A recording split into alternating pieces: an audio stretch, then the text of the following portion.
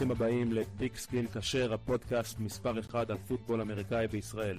אני יעקב המר יחד עם השותף שלי אורן גרינמן, ואנחנו כאן כדי לעדכן אתכם בכל מה שצריך לדעת על עולם הפוטבול. במהלך העונה אנחנו מביאים לכם פרטי הקדמה לכל שבוע עם ניתוחים מעמיקים, בחירות למשחקים וקצת הימורים למי שרוצה להוסיף קצת אקשן לצפייה. בנוסף, לא נשכח את פרקי הפנטזי פוטבול שבהם תקבלו מאיתנו את כל הכלים לנצח את הליגות שלכם. ובמיוחד נקיים פרק לייב בנושא פנטזי פוטבול בכל יום חמישי בערב ביוטיוב. אז אם אתם אוהבים פוטבול, פנטזי והימורים, אתם במקום הנכון. יירשמו לערוץ היוטיוב שלנו, עקבו אחרינו בטוויטר, ואל תשכחו להאזין לנו בספוטיפיי כדי להישאר תמיד מעודכנים ולהצטרף לקהילת הפוטבול הכי חמה בארץ.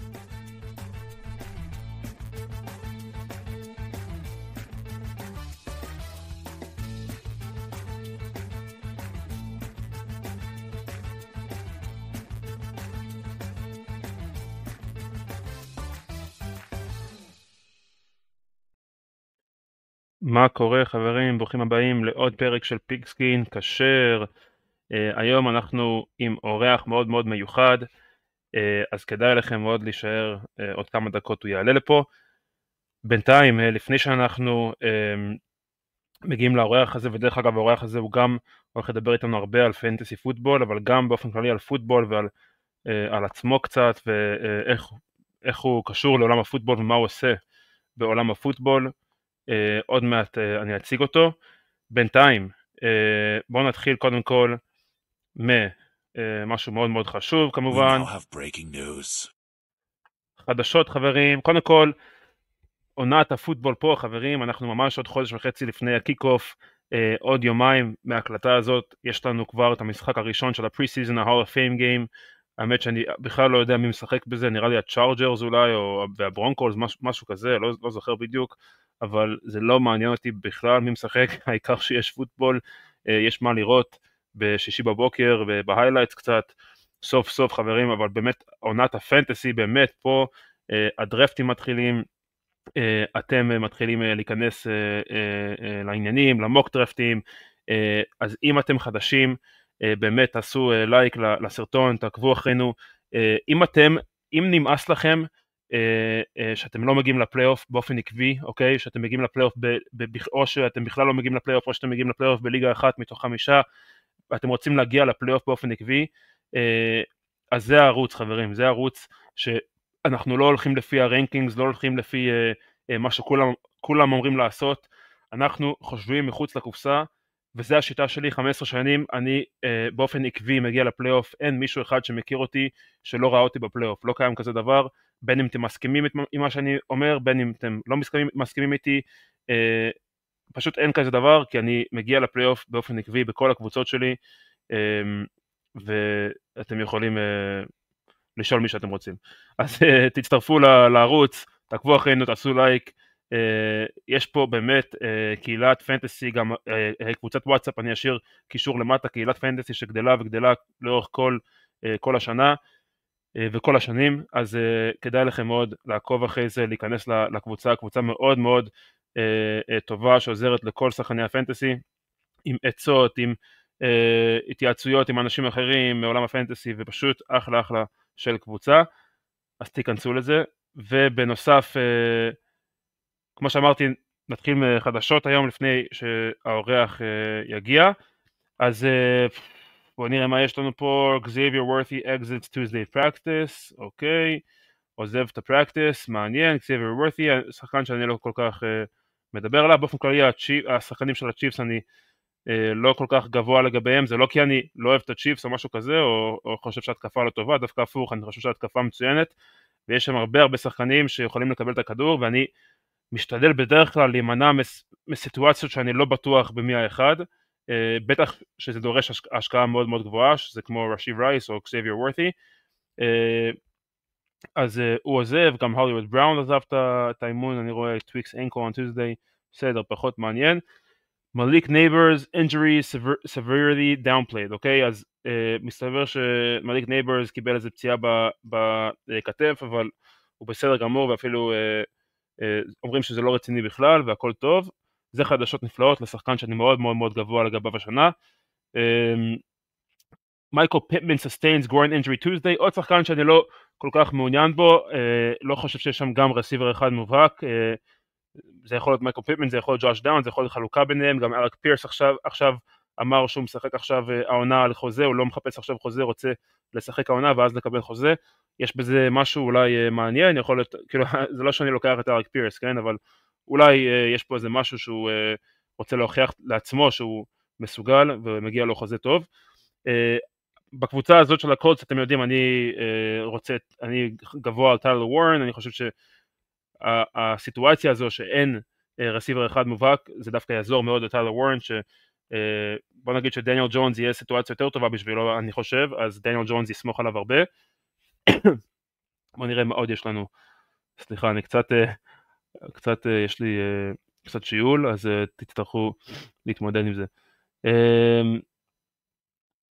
מיילס סנדרס looking good early in camp, הרץ של הקאובויז, אני באופן כללי לא כל כך מעוניין ברצים של הקאובויז, אולי ג'יידן בלו יש שם אולי משהו מעניין, אבל יותר מזה לא. בוא נראה אם יש עוד משהו מעניין. Trey Harris, הנה, Trey Harris strong practice Monday. Harris turned in one of the best practices of training camp on Monday, according to Daniel Popper of the Atlantic. Daniel Popper, למי שלא מכיר, הוא הביט ריפורטר של ה-Chargers, זאת אומרת הוא עיתונאי שעוקב אחרי ה-Chargers באופן קבוע. Popper notes that Harris showed off his strong hands and contested catch ability Monday while working on in 11-on-11 drills helmed by quarterback Justin Herbert. While veteran wideout Jalen Reagor has been missing practice. אוקיי? אז אתם מקבלים פה את התגובה הראשונה שלי לדבר הזה, אתם יודעים שאני כבר אוהד מאוד מאוד גדול של טריי האריס, מאמין שהבחור יכול להיות הרסיבר אחד של הצ'ארג'רס עד סוף השנה, והנה חדשות נפלאות שיוצאות מהמחנה אימונים לגביו, strong hands and contested catch ability, זה מה שדיברתי עליו כבר חודשיים שלוש אני מדבר עליו, אז הנה, הגענו לטריינינג קמפ, אני פשוט מאמין שה-ADP שלו יתחיל לעלות, וזה שחקן שאני מדבר עליו חודשיים, יש ליגות שקיבלתי אותו בסיבוב 13-14, כרגע הוא יושב על סיבוב 8-9 בערך, אז חדשות נפלאות. Luther Burden participating in team drills, אוקיי, טוב, בקיצור זה החדשות, והנה יש לנו את האורח שלנו פה בפודקאסט, וולטר פוטבול, ואנחנו וולטר פוטבול, אני אציג אותו בעברית ואז באנגלית, הוא באמת אחד האנשים הכי משפיעים על עולם המוק דראפט, והוא עושה מוק דראפט מאוד מאוד מוצלחים, אולי אפילו הכי מוצלח שיש ב-NFL קלאסי, כאילו לא בפנטזי, ויש לו הרבה מידע, ואנחנו הולכים לשמוע ממנו על כל המידע שלו על פנטזי פוטבול, על פוטבול רגיל, איך הוא נכנס לעולם הזה, אז בואו נכניס אותו לחדר. Alright, so I'm here with Walter Football, who turns out is Jewish, just told me that he understood some of that Hebrew, a few words here and there. I guess that was maybe one of the reasons that you were intrigued when I reached out to you to come join us here. Well, yeah, thanks for having me on. Yeah, I've had some family in Israel, and I wouldn't say I understood the words. I've heard them before. Yeah. I don't really know any Hebrew. I was born here, and my family came from the Soviet Union, so we were not really allowed to practice religion there. So that is why I don't know any. But it's thank you for having me on. I'm looking forward to this. Yeah, heck yeah. So I did not know you were Jewish. And that's awesome. And so basically, in Hebrew, I was saying in Hebrew so that you know I wasn't cursing you, was that basically, so you're part of WalterFootball.com. You are Walter from WalterFootball.com. WalterFootball.com is, you can fix me if I say anything that's incorrect. This is all from the internet and from just my experience from getting to know your website. So first of all, you own one of the most established and widely read independent football websites focused primarily on, let's start with NFL draft coverage, where you guys do mock drafts throughout the entire year. I think you have one of the most, if not the most accurate mock draft in the last decade. You can correct me if I'm wrong about that, but that's what I see at least. And And then besides that, you guys have fantasy football content, which is what I'd like to also discuss a lot of today. Start sit decisions throughout the week, waiver wire pickups, rankings, draft cheat sheets, sleepers and busts, and we'll get into all of that today, hopefully. But anything I missed out that's important or about your website? I mean, we cover everything in the NFL. So we also do picks against the spread. We grade every signing, we grade every trade. It's all free. So come check us out if you're interested. But yeah, that's pretty much it. And I have to owe my mock draft accuracy to Charlie Campbell, who's our senior NFL draft analyst. He is he has so many sources. It's incredible. And that's why he does so well. Part of the reason why he does so well is because he talks to like half the league, and like he'll text me like, "Hey, this team's doing this." I'm like, "Okay, let's not only put this in our mock draft, let's also bet it." So we've had a lot of success doing that. Right. So also another thing is, I forgot to mention that is betting. So you guys have a lot of betting advice and different things that you guys are actually doing yourself. And I know we spoke earlier. You were in Vegas. How was that? How was Vegas? You put any interesting bets on in there while you were there?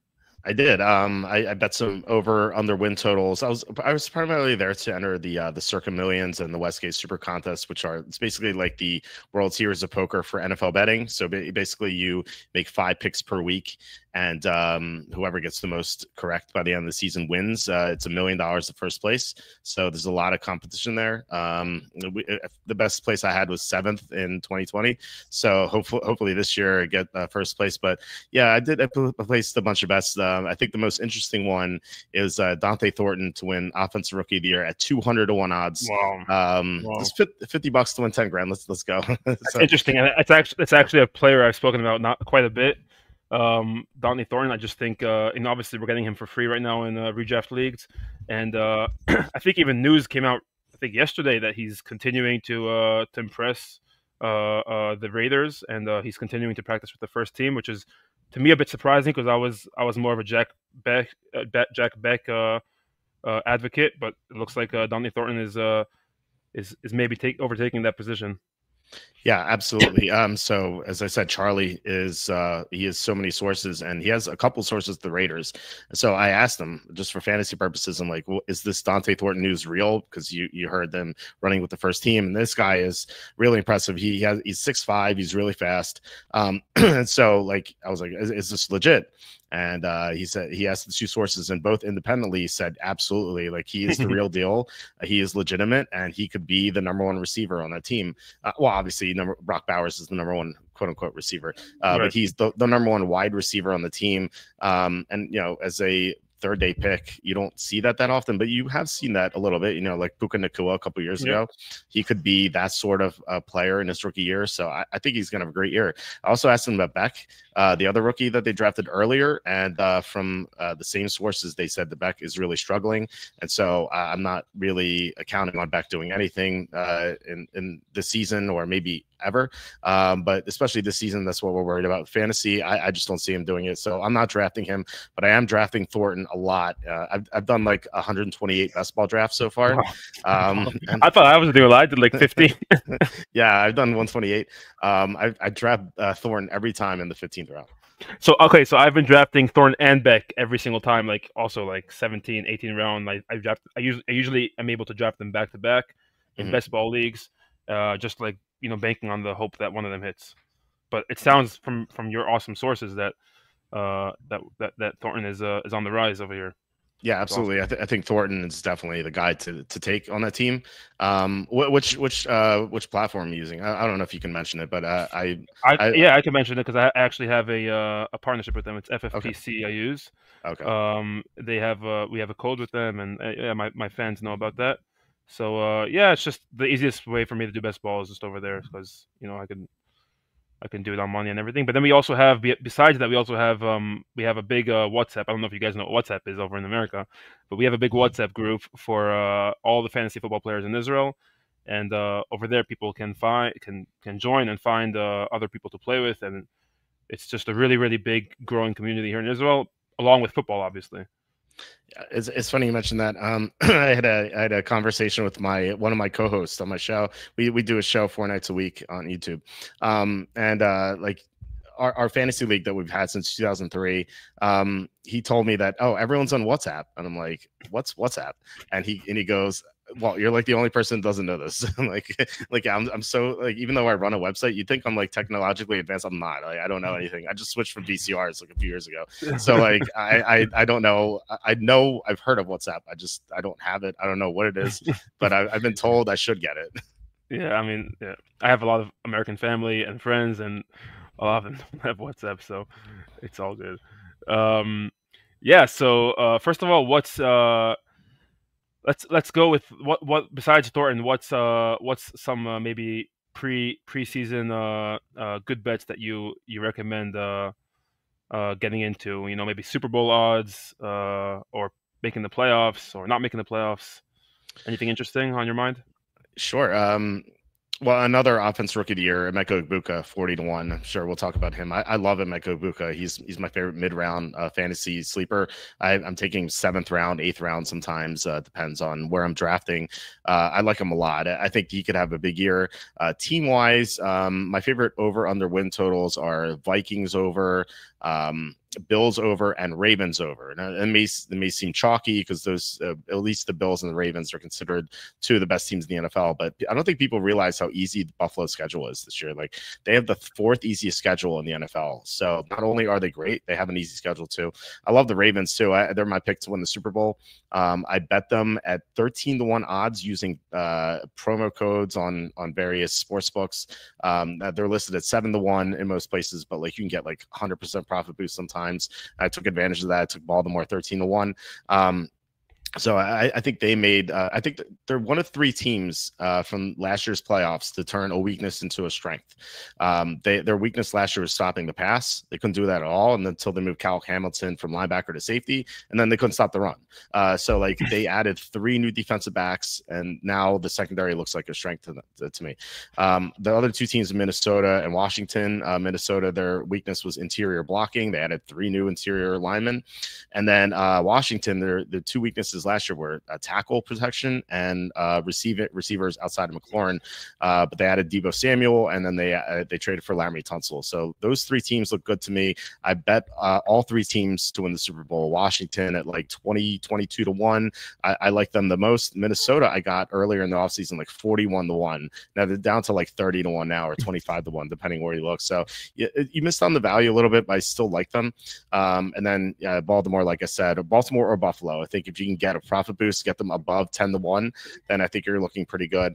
And then as far as like making the playoffs, or actually missing the playoffs, I like the Lions to miss the playoffs at plus 170. I'm very down. I'm very down on the Lions. I have them going 9-8 in my season previews. Which are on the website. They're missing. They lost 2 of their best interior linemen, including the center, who's one of the best centers in the NFL, Frank Ragnow. He retired. They lost both coordinators, and this is going to be the first time Jared Goff is going to be playing without either Ben Johnson or Sean McVay coaching him up since his rookie year. And we remember how bad he was in his rookie year. I don't think he's going to get that bad, but I think he's definitely due for regression now. And Detroit has the toughest schedule in the NFL as well. So all these factors, all these landmines, plus a lot of their guys are still injured. Like Aiden Hutchinson, we don't know if he's going to be 100%. Ali McNeil, the great defensive tackle, he's not going to be ready week 1. Just so many landmines here for Detroit. I feel like they're going to step on one of them. It's going to blow up, and they're going to be about 500 this year. I still think they're a good team. I don't think they're a playoff team, though. And the NFC is really stacked. And then a couple of fun ones. I bet Cleveland and the Giants to both have the worst record in the NFL. I think Cleveland was plus 450. The Giants were plus 550. They both have top 10 toughest schedules in the NFL. The Giants have the 4th toughest schedule. Cleveland is the 7th. And then people might be wondering about what about the Saints? They also look like they're going to be terrible. The Saints actually have the 3rd easiest schedule in the NFL. So they should be able to like walk into some free wins here and there. And they could still finish the worst record, but I still think the Browns and the Giants are the way to go there. Yeah. So let me try and touch on a few of the bets that you like. So Washington, Minnesota, I'm not such a fan of. I like overall what Minnesota's doing. I think they're building one of the best football teams in the league. But obviously, McCarthy is going to be on the rookie year, and I just think that rookie quarterbacks always have their a few setbacks here and there, and a few things that they're not expecting. As a rookie quarterback, I don't know if personally, if I'd be willing to bet a Super Bowl on that.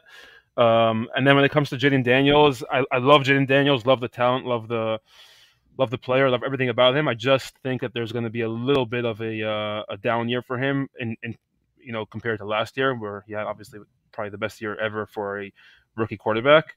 Just because defenses tend to figure out, slow down a little bit quarterbacks of that nature, and that's just what I think is going to happen this year with Washington. Buffalo and Baltimore, you can't go wrong over there when it comes to betting on them for the Super Bowl. And it just comes down to, like you said, betting on the right price. And then who else did you mention over there? The Lions. Oh, the Lions. Right. Yeah, the Lions is going to be really interesting this year because the Lions, like you said, the last time we saw two coordinators leave was the Eagles when they left the same year, and it was a disaster the following year. So obviously that's something that's in the back of my mind. The question, I think, the real question is how much does Dan Campbell's, how much does his attitude really affect the team? Because it does look like a lot of the players do buy into the Dan Campbell, rah-rah and all that stuff around. So it really, I think, we're gonna see how much that really has an effect on the team. And the O-line, the O-line really worries me, especially when it comes to fantasy. Also, when it comes to Jahmyr Gibbs and David Montgomery. Not that I'm a David Montgomery advocate, but more of Jahmyr Gibbs. That'll be super interesting. I could definitely see. I don't know if I could see the Lions missing the playoffs, but I could definitely see a down year. And Mika Egbuka, I've been talking about him nonstop on my podcast, especially since Chris Godwin's been out. Initially he was third on the depth chart, and I needed two things to happen.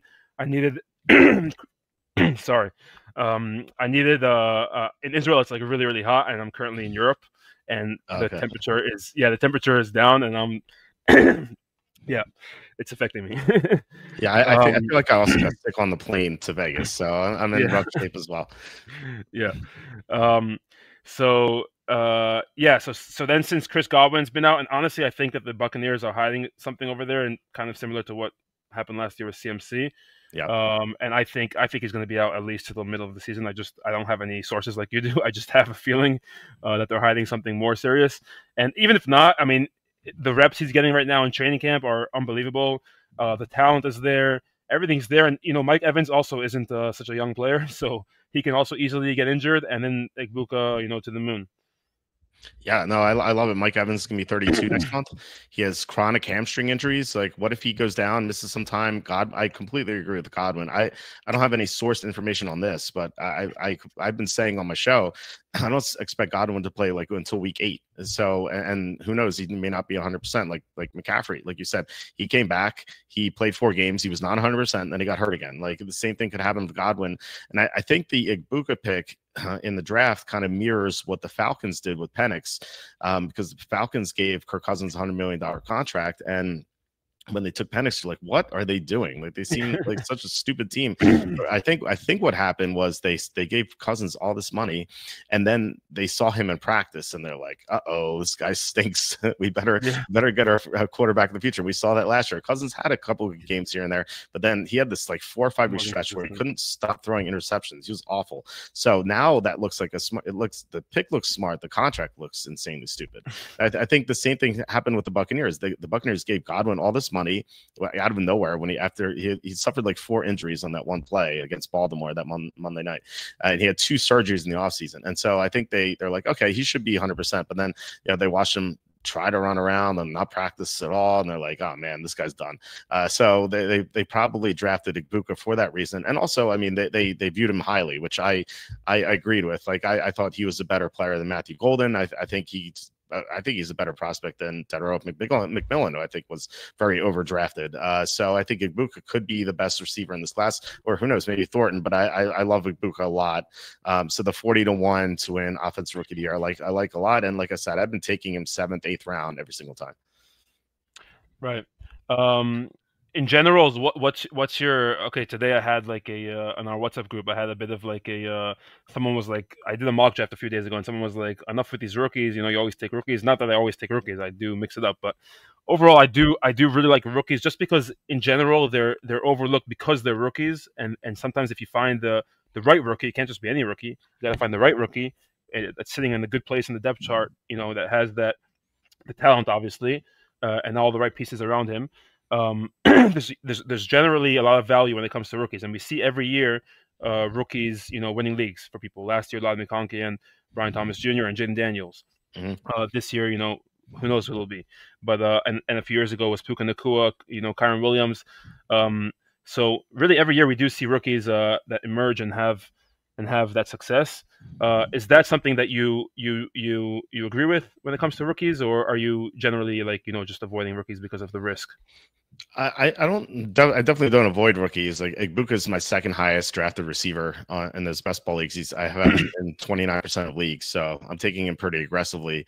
And Thornton I've drafted a lot too. So it really depends on the player, depends where they're drafted. Like I think Genty's going too early. I think McMillan's going way too early. I think Travis Hunter back in like April or May, he was going too early. He was going like late third, early fourth. Now he's going like late fifth, early sixth, which I think is a lot better for him. So it really depends on the player, where they're being drafted. There's certainly rookies I like a lot more than the others.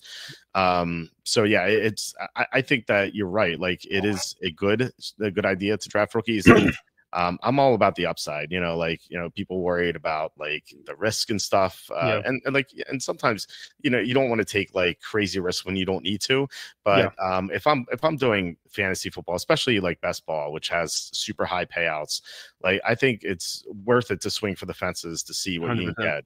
Yeah, exactly. So you don't win fantasy playing safe. You don't win fantasy. Exactly. If you're doing like a home league with your friends, only 11 other people, then you could be a little bit safer because you don't need to go for the high upside. But I still like to take some risks. I think it's definitely worth it. Yeah, I agree. All right, before we get into a little bit more fantasy, and we have some players I want to talk to you about, and also some questions from some of our fans. I do want to ask you just a bit about about yourself. How'd you get into football? How many years have you been doing this for? What like are you part of the analytics team on your website?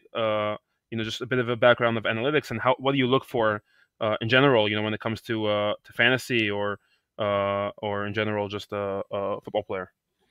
Well, I've been running the site. It'll be 26 years in November. Wow. So it's been a long time. I started it in high school for a project, and you know, my teacher was like, I'm kind of dating myself. This is 99. I was a senior in high school. We had an internet class because it was new back then, and so my teacher was like, build a website about something you like, because he taught us how to code. I'm like, oh, I like football. Let me do this.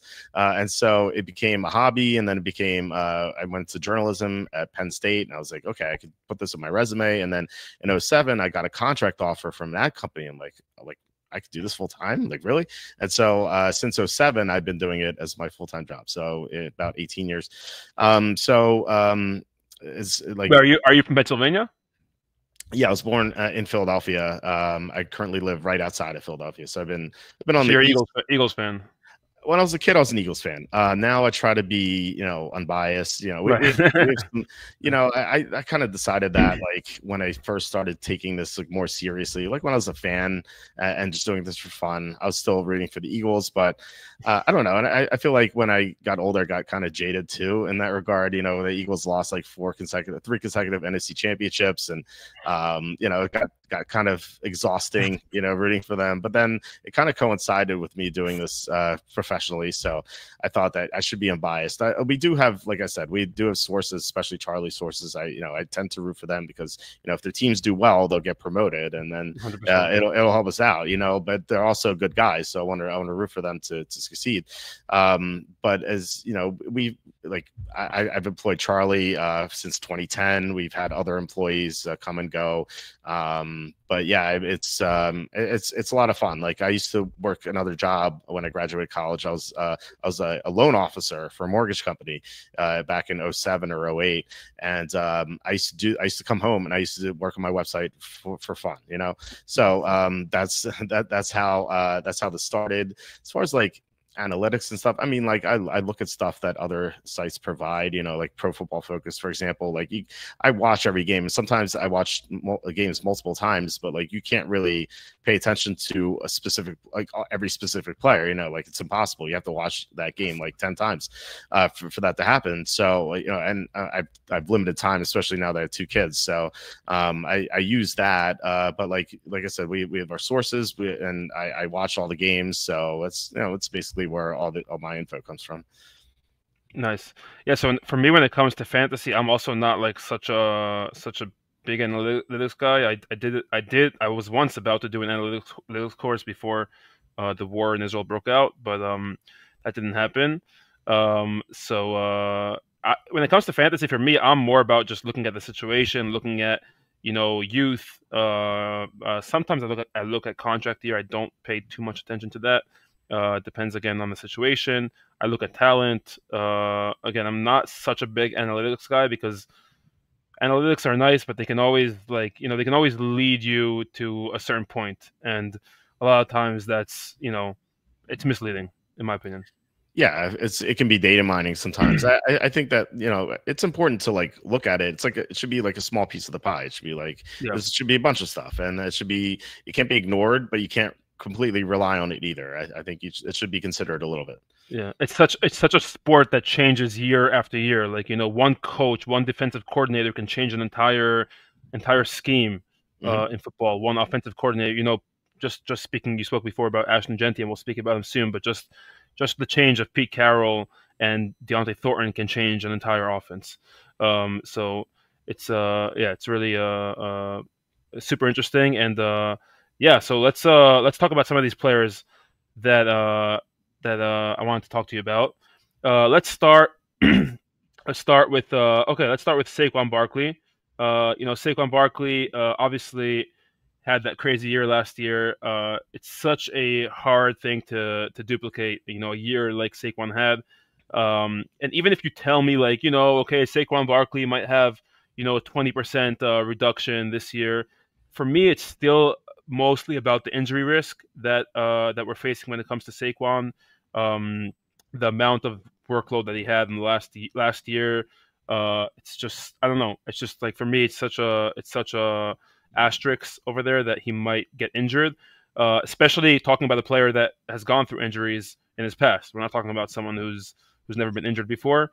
I don't have that much stock in Saquon. To be honest, I have zero stock in Saquon. I'm targeting other players in the first round. Obviously, if he's healthy, you know, Saquon is a league winner. If he stays healthy the whole year, for me, it's just mostly about health.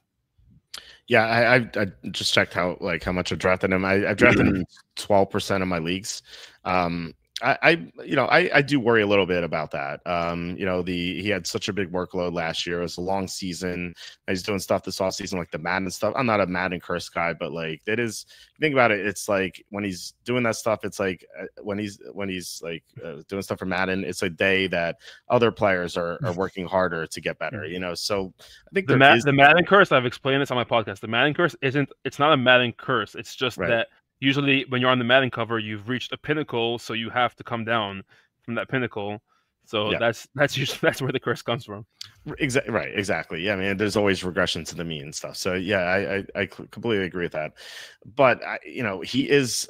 You could argue he's the best player in the NFL, at least offensively, and so. I think there's definitely a chance that he regresses or gets hurt. Like it's part of the risk we were talking about before. But there's also a chance that he's like LaDainian Tomlinson from about 15 or so years ago, where he was on the top. He was on the top for like 3, 4, 5 years. Like he was just up there. And we had a league. It was I used to be a part of this league. It was like touchdown only league. So whoever had the first pick they won the league 5 years in a row. They took Tomlinson every time. So he was just so dominant. And 20 touchdowns every year. It's crazy. Like we haven't seen anything like that in a while. So I think Barkley could be like Tomlinson if he's the best player in the NFL, which I said, I would think so. I think that he could remain on top for a few years, and he has a great team around him.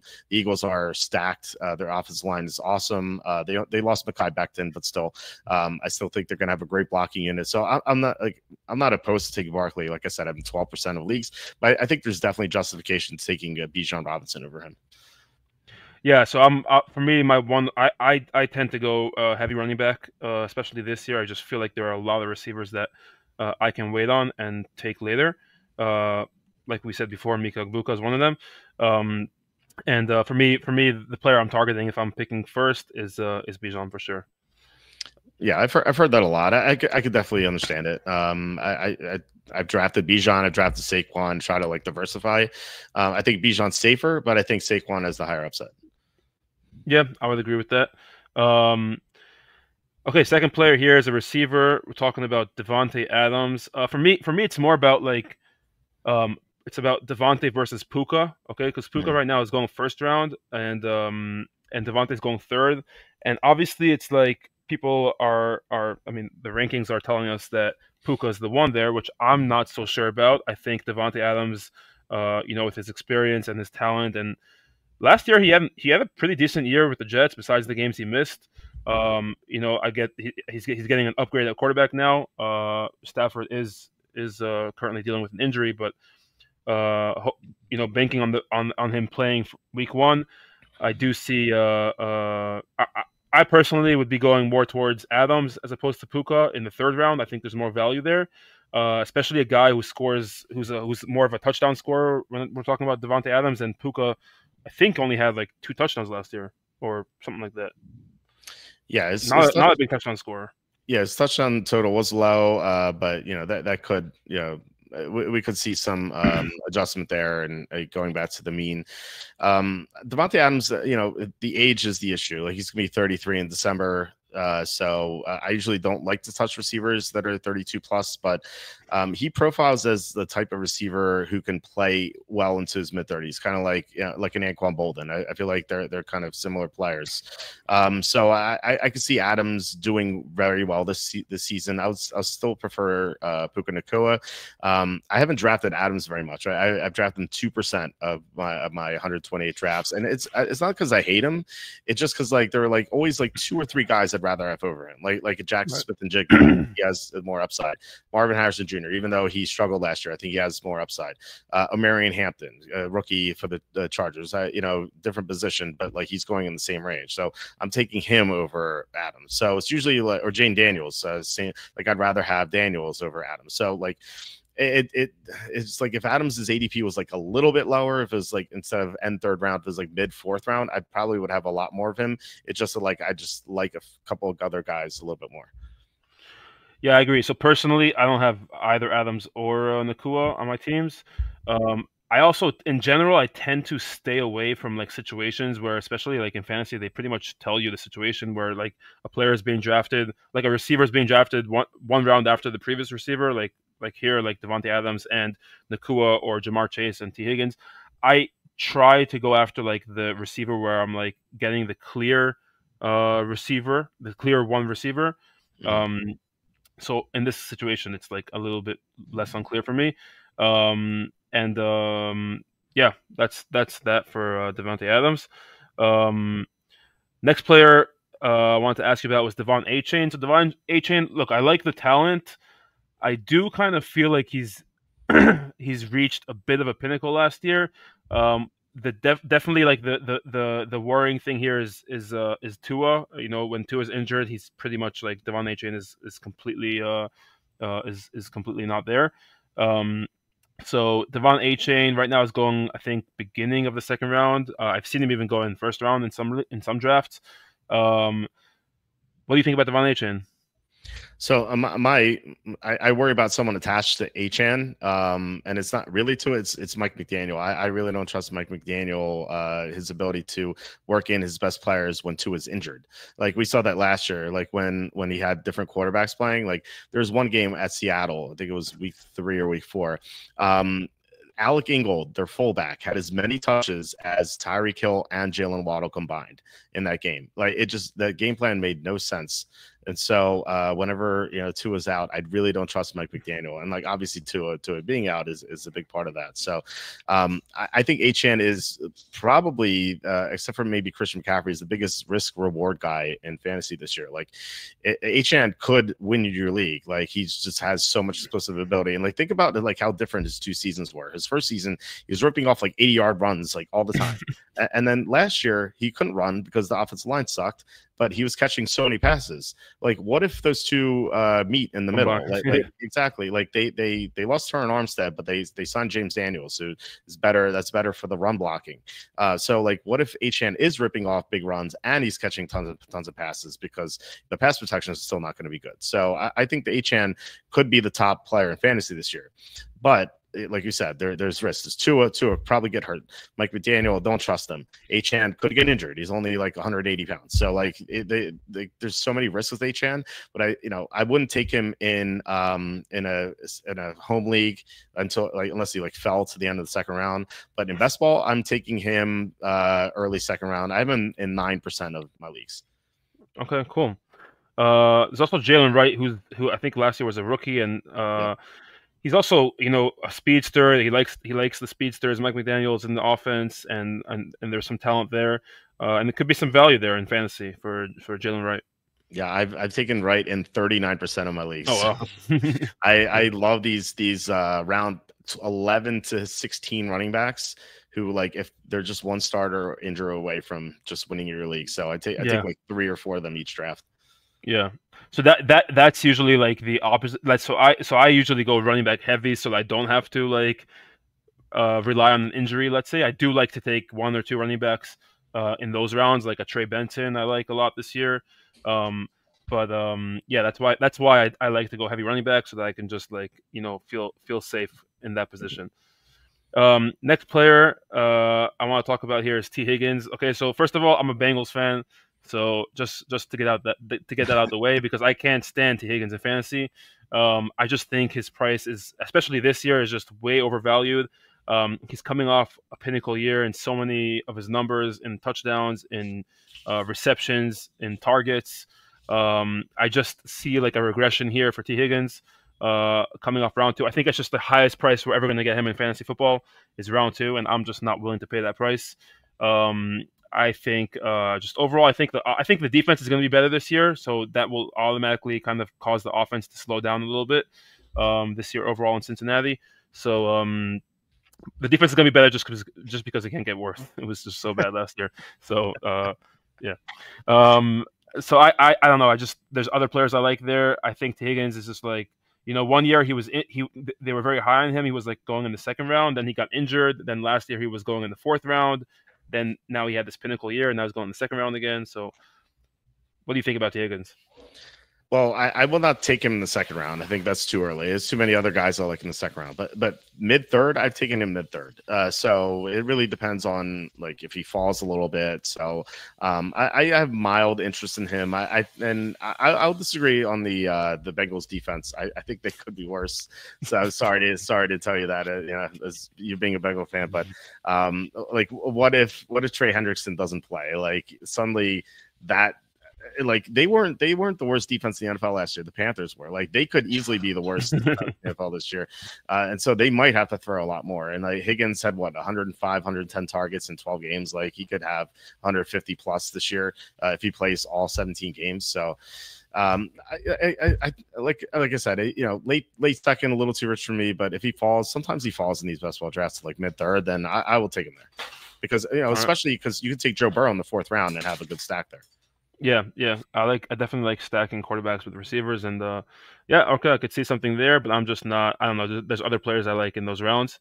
Like I said, I just like to go after a guy who I know is the receiver 1, or if I'm getting him for cheap, like in the 10th round, a guy who's whose way is pretty easy to that spot, to that one receiver spot or one running back spot.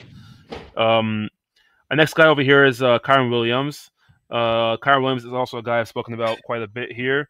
A running back who I think is being overlooked this year. He's going right now pretty much in the third round, mid-third round. Running back last year finished 7th overall in the position. Third in attempts last year.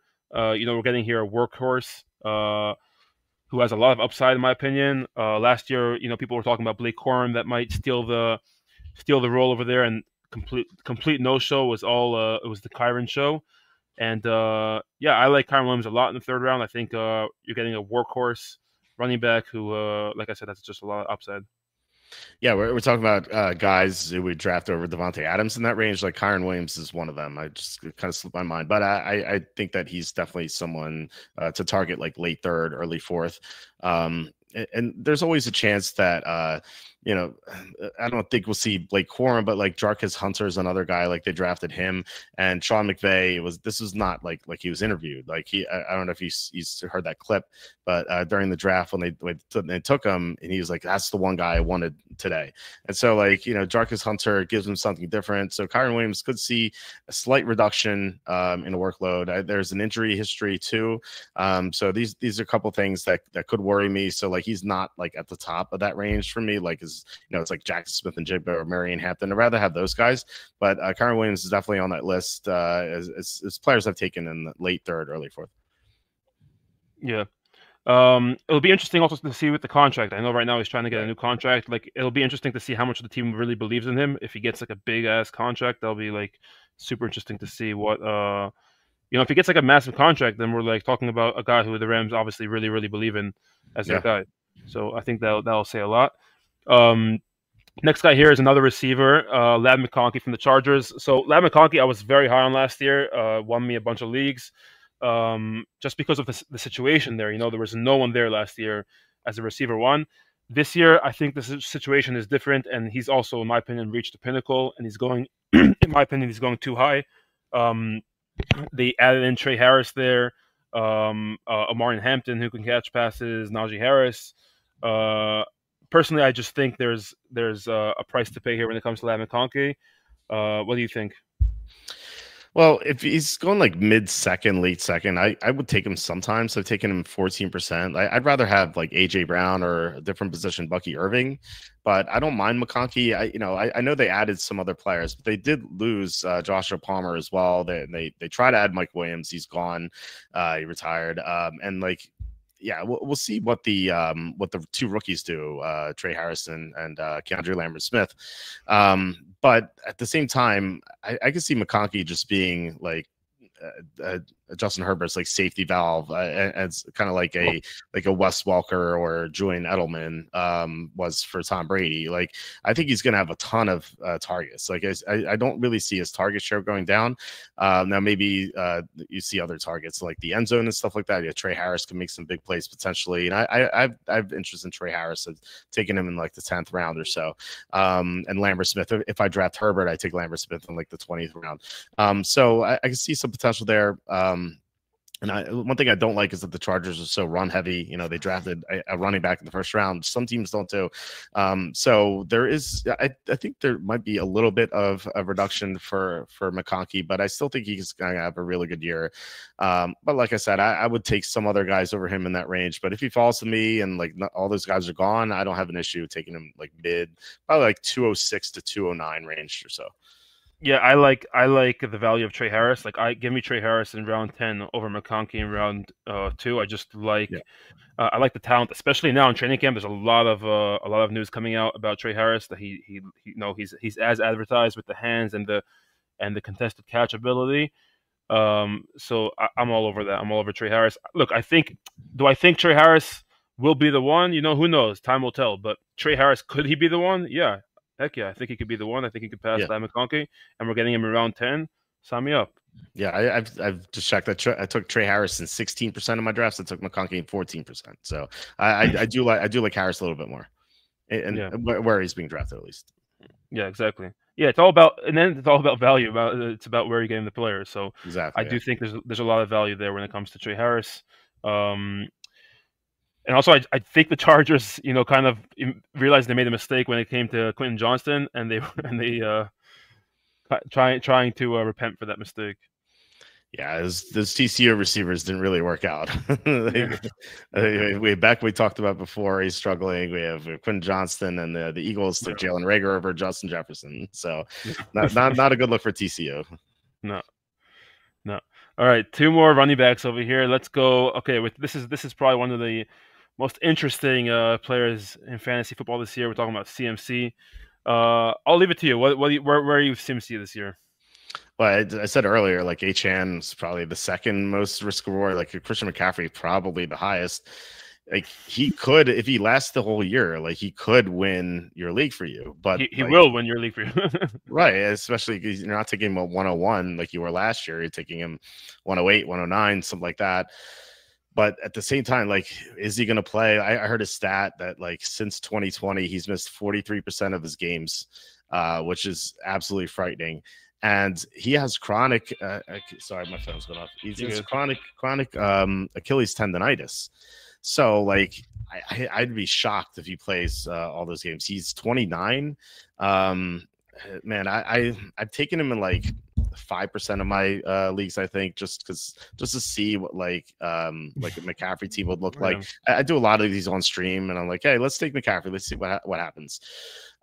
So I have been avoiding him for the most part. I've taken other players over him, but I think that like maybe in 1/20th of your drafts, if you do a bunch of them, I think you can have a McCaffrey team. But what I do think is if you have a chance to draft McCaffrey, I think that, and if you choose not to, just because you're scared, I think you absolutely have to draft Isaac Orlando in like the 12th round. I agree with him. Yeah, because there's going to be so much production from running back in San Francisco. They the easiest schedule in the NFL, and Kyle Shanahan has been quoted as saying like he only wants one running back. He doesn't want a rotation. So if McCaffrey goes down, it's not going to be Garendo plus Jordan James or something. Like it's just going to be Garendo. So I think Garendo could have a huge year. I think he could be a league-winning player. I've drafted, and people laugh when I say this, I've drafted Garendo in 76% of my drafts because it's the 12th round Garendo, and then like people make fun of me on my draft. Playfully, like I've some listeners who they chime in and like as soon as the 12th round comes around, like they're like it's Garendo time, and like yeah. Unless like someone like crazy falls at me, I'm like just Garendo every single time there. Yeah, I totally agree. So Garendo and Benson, those are the 2 running backs I've been targeting in those rounds. Yeah, I love the Garendo value, especially if you're not if you believe, like you said, if you believe CMC is going to be injured, then why not go after the guy who's switching him in the same offense, and Garendo's proved himself as a running back who can score points. And CMC was going in the beginning of mock draft season. He was going like round 2. Now I've seen him climb to 104, 105 even. So yeah, for me it's too much risk, and there's just other players, younger players who are more durable that I'm more interested in. And one of them is this last player who I've been drafting a ton of, and I already heard from you that you're not such a fan of. This is when we are talking about fantasy football situations changing, or football situations changing year after year. And in my opinion, when someone says Raiders are a bad offense, that is just the laziest take that someone can have, because it's like, dude, this is like a completely different offense. Okay, just Genty and Bowers alone, upgrade this offense. Just them alone. Now we're bringing in Donnie Thornton, and we're bringing in Geno Smith, who's a quarterback who can stretch the field, bring the take the ball down the field. Pete Carroll, who's known as a running loves to run the football. Great head coach, obviously.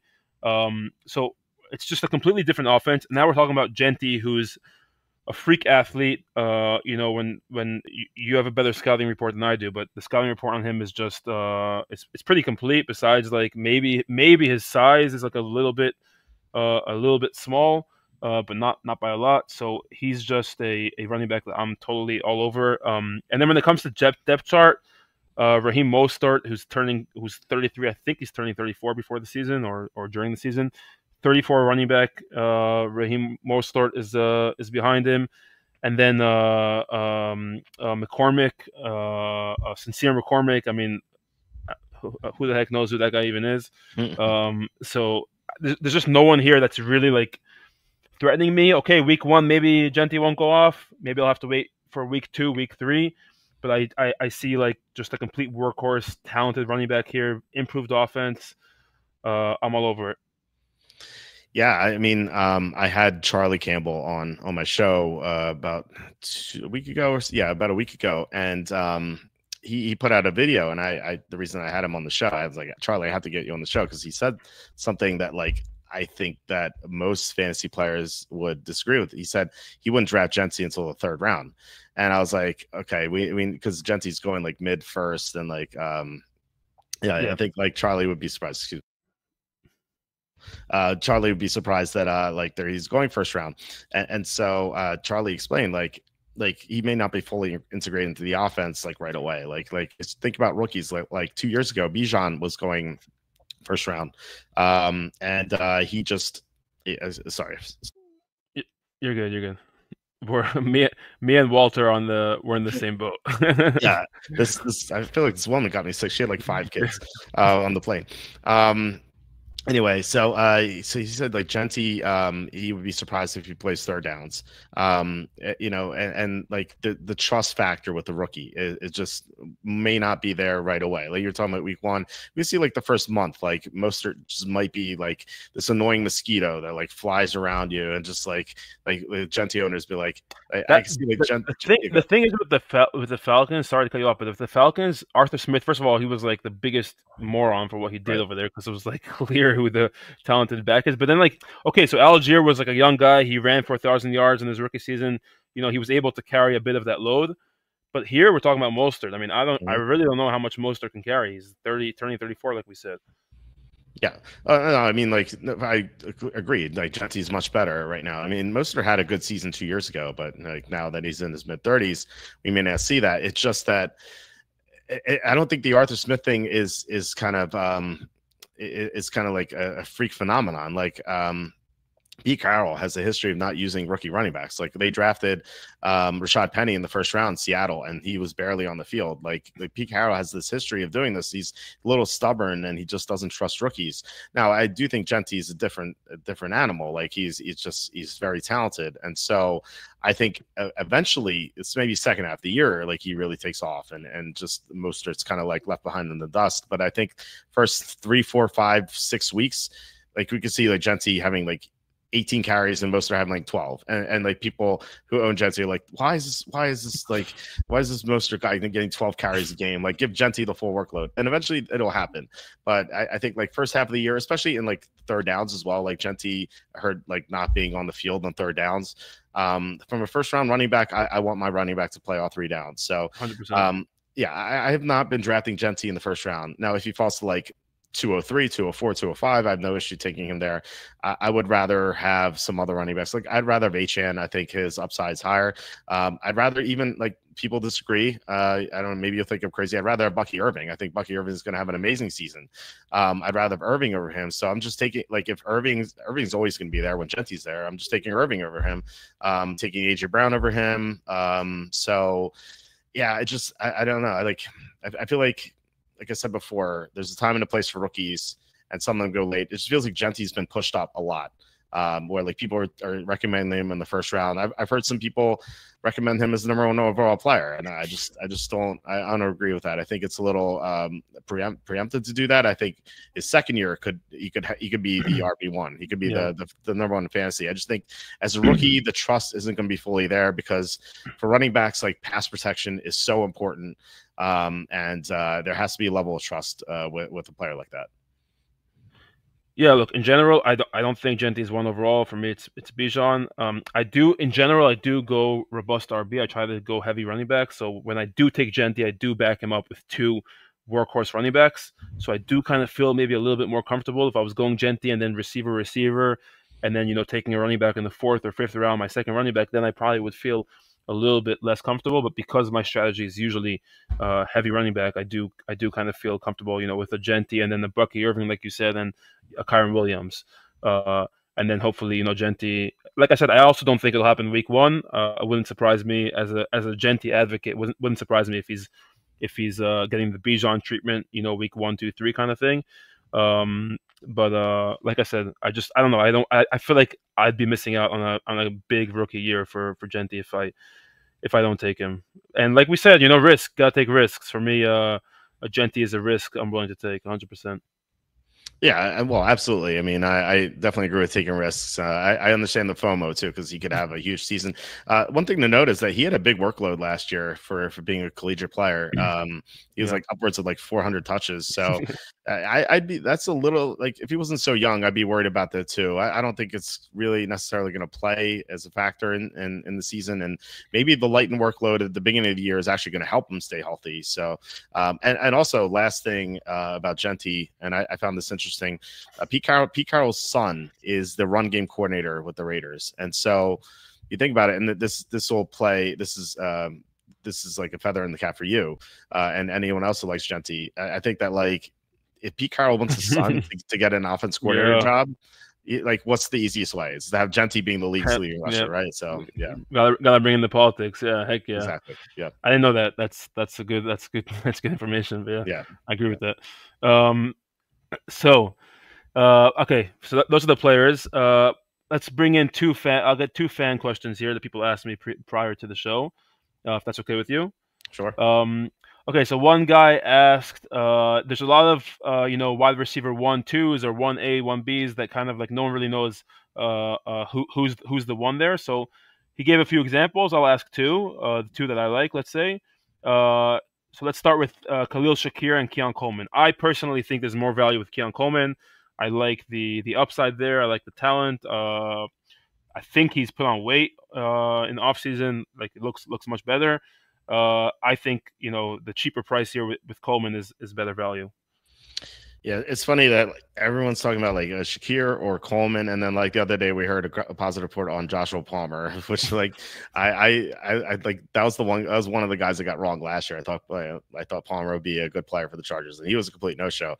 I like Coleman better than Shakir. I think Shakir's a horrible pick in fantasy, like especially where he's going. Like if he's going around where Coleman goes, like sure, but he's going. I think Shakir's going like 7th, right? Yeah, 7th round. Like for a guy with no upside, like he's like a high floor, but you're not looking for high floors. Like if you're doing best ball, like okay, cool. Like Shakira win you like $10. Like congratulations. Like you're trying to get the top prize, and like Shakira there's no reality in which he's going to do that for you.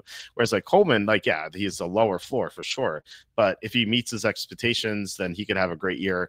I just worry about his separation. If he's the clear one on the Bills, I mean, who wouldn't take that? Oh, in the 10th round, absolutely, yeah.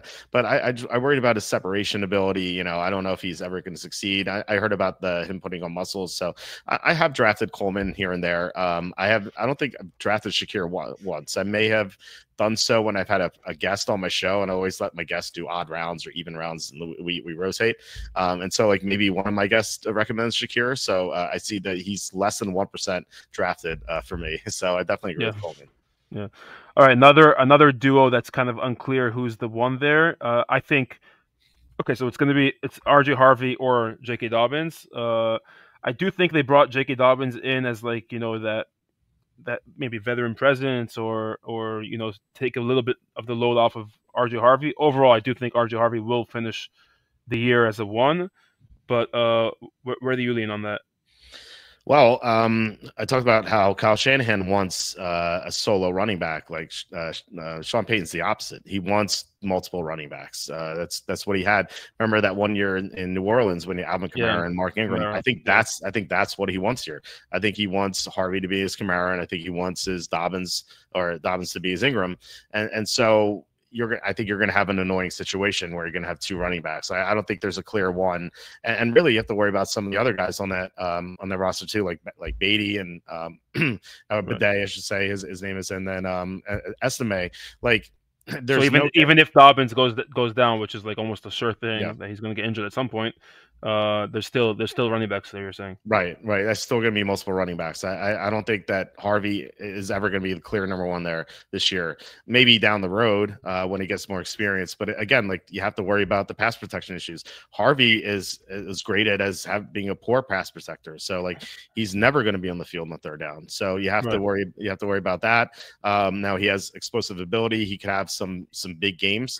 I don't think he's a good runner though. Like he's a great athlete. You know, he reminds me of Miles Sanders. Like Miles Sanders was with the Eagles. He would break like 80-yard runs all the time. But sometimes like when we saw Sanders play behind bad offensive lines, he just like do a lot of dancing. He wouldn't hit the hole. He wouldn't know where to run.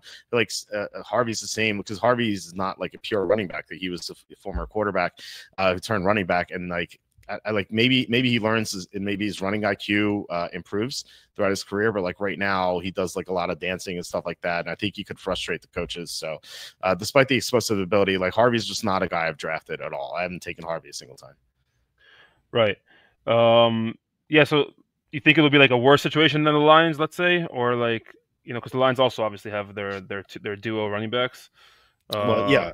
I think, yeah, because we talked about the Lions a little bit earlier with their offensive line injuries. I think Montgomery is definitely the guy to get hit the worst there. Like the blocking is worse, and Ben Johnson's gone. So this new coordinator, John Morton, may just want a solo running back. We don't know that yet. But I think like even like if we're right about the run blocking being worse and like Detroit being worse in general, I think that could help Gibbs a little bit, because he's going to catch more passes when the Lions are playing in comeback mode. And so I'm not opposed to Gibbs in the first round. I would like some other options. So I'm not really getting into him that much. Like Montgomery is just easy fade for me. Just like not drafting him at all. I think the only way he salvages the season is if Gibbs gets hurt. Right. All right. One more question. This is like just a very specific question from someone.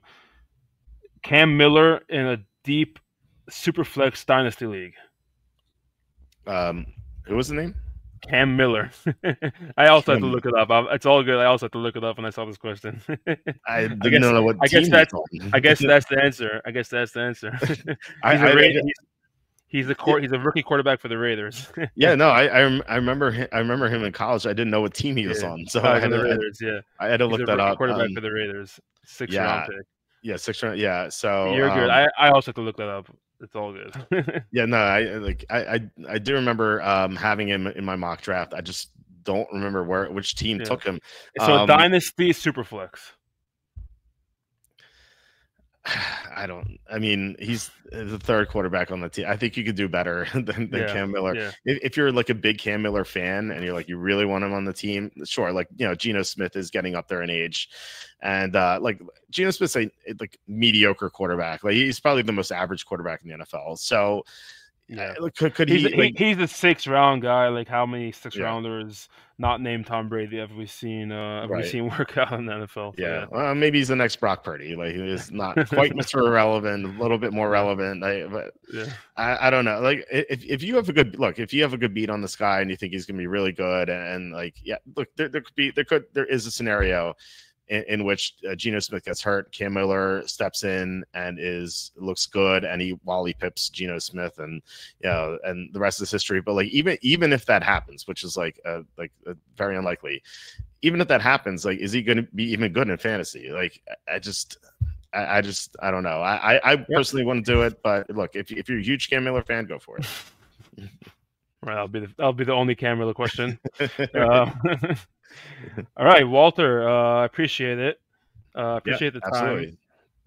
Thanks so much for having me on. Yeah, it was a lot of fun. Thank you so much. I'm sure that was very, very helpful for a lot of our guys, because a lot of these players are players I either talk very positively about or very negatively about. So it's always good to get that like other perspective, so people can make their own decisions at the end of the day. But thank you so much. Good luck with everything that you're doing, and I'd love to have you on again at some point. Yeah, I would love to be on again. Would love to have you on my show if that's possible. Absolutely. We could talk more about Israel. Israel football. all the good stuff. Yeah. Absolutely. Yeah, absolutely. I'm definitely looking forward to it. So yeah, once again, thanks for having me on. Yep. All right. Have a good one. Thank you so much. All right, you too. Bye.